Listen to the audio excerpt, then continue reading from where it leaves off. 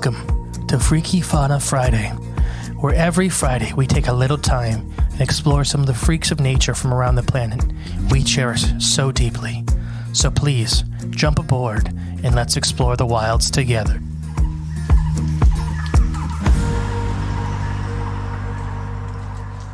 Hi, welcome back to Freaky Fauna Friday. I am the great and peaceful Mr. E. And I am Mrs. E. All right. Oh gosh, about dropped the iPad. Way to go. That was interesting. Normally at the studio it slides a little better than this. We're going to talk about the Colugo or Colugos. They're these guys. Do you know what a Colugo is? No, it sounds like a type of bird. That's a very good guess. It's not though. It is a flying animal. Ooh. Kinda. It's one of those animals that kind of lies. The Colugo, also known as the flying lemur or the giant flying lemur. My other guess was a flying squirrel. They kind of look like a flying squirrel. They get really big, though, as far as gliding animals go. They almost look like a sugar glider. Yeah, like on roids. Yeah. These are, like, depending on the picture you look at them, they're either cute or horrifying. They're one of those animals. But yeah, these guys live in rainforest of Southeast Asia. Their lifespan is around 15 years in captivity. In the wild, it's highly unknown. They're very secretive. They can get up to 40 centimeters long. They can weigh about 2 kilograms. Most of the time, they're mild gray, but depending on which species we'll talk about, they can be red and brown, all kinds of stuff. These guys are almost exclusively herbivores with eating or plant matter and fruits. But their favorite stuff is leaves, shoots, flowers, sap, and fruit. So shoots are like brand new starts of plants. Excuse me. Predators. The Philippine monkey-eating eagle. That is the name of an animal. It is an eagle from the Philippines that eats monkeys. Scientists don't name things they name things very appropriately. You don't have to guess. Like blue breast darter. I wonder what that fish looks like. Pythons are a big predator to these guys too. Long-tailed macaques eat them, which is another primate. And owls. Owls and snakes are probably the two biggest predators. Top speed unknown. Number of species is 2. And right now they're listed as least concerned. So there's the Sudan flying lemur. It's found in the border areas of Southeast Asia. This is mostly Thailand and Malaysia. While the Philippine flying lemur, I can never say Philippine, like Philippine. Filipino, Philippines, Philippinian. Philippine is how it's spelled, flying lemur. And as the name suggests, it's only found in the Philippines.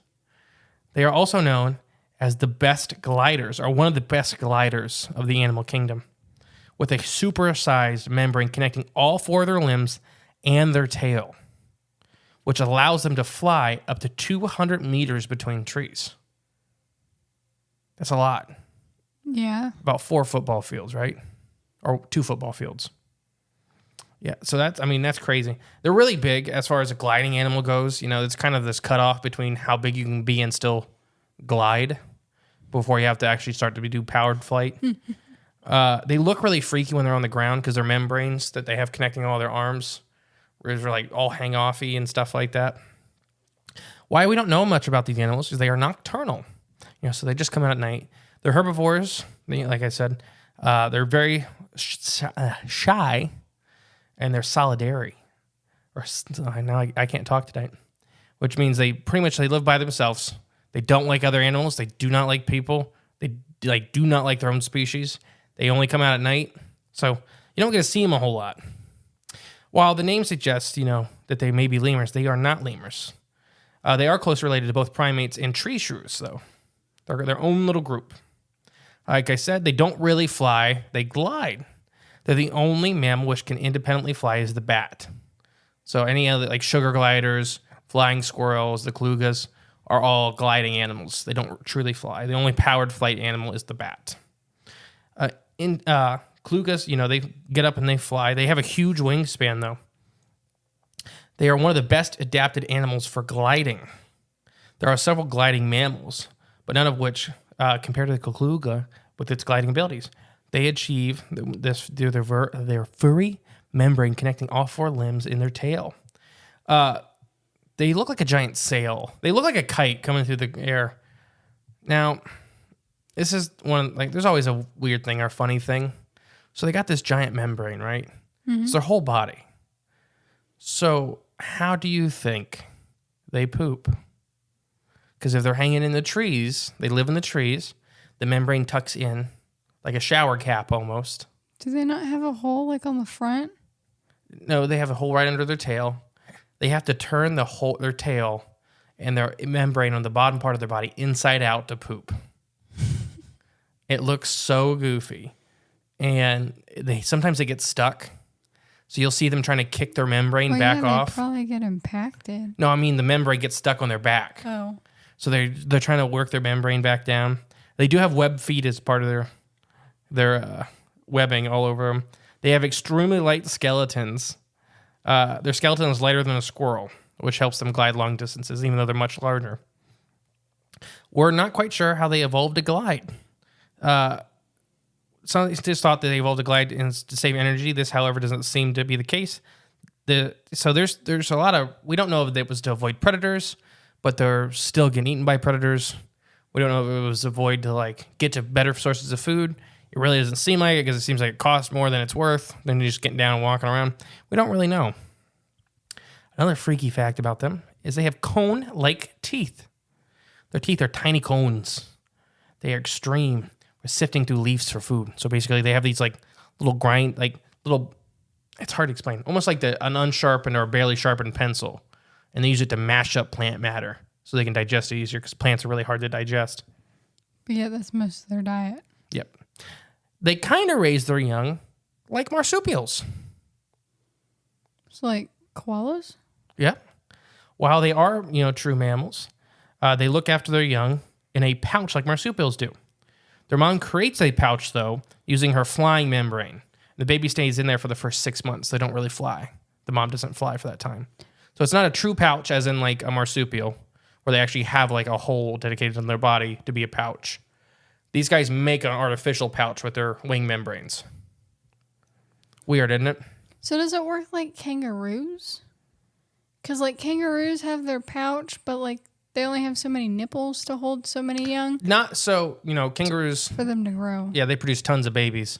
But only one. I think they only have 2 tits. I think 1 to 2. It depends. And they fuse to it like an umbilical cord. Yeah.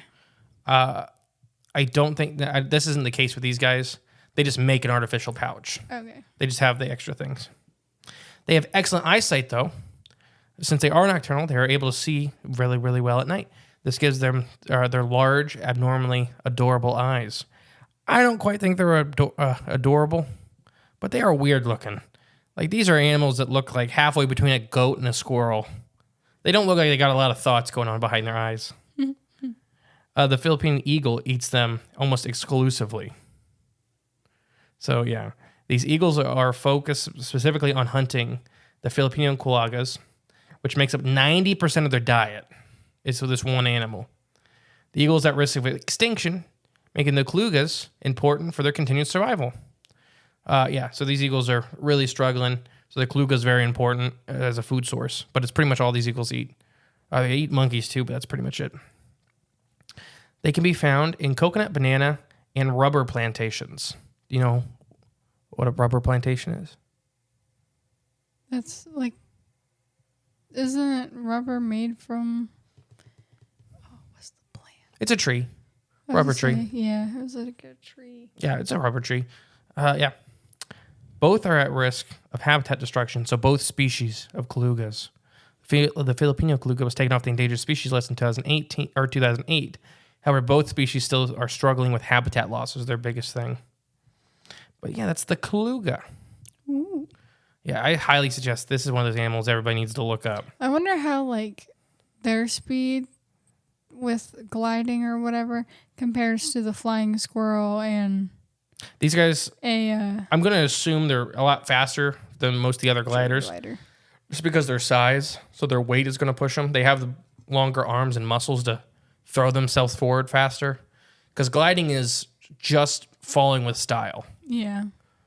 So there's not a lot of more they're not flapping in the air to gain speed. Mm-hmm. So it's all about how much speed you can get off a launch and how much gravity can pull you without parachuting. So there's a big difference between parachuting and gliding. Because I feel like they would just drop more.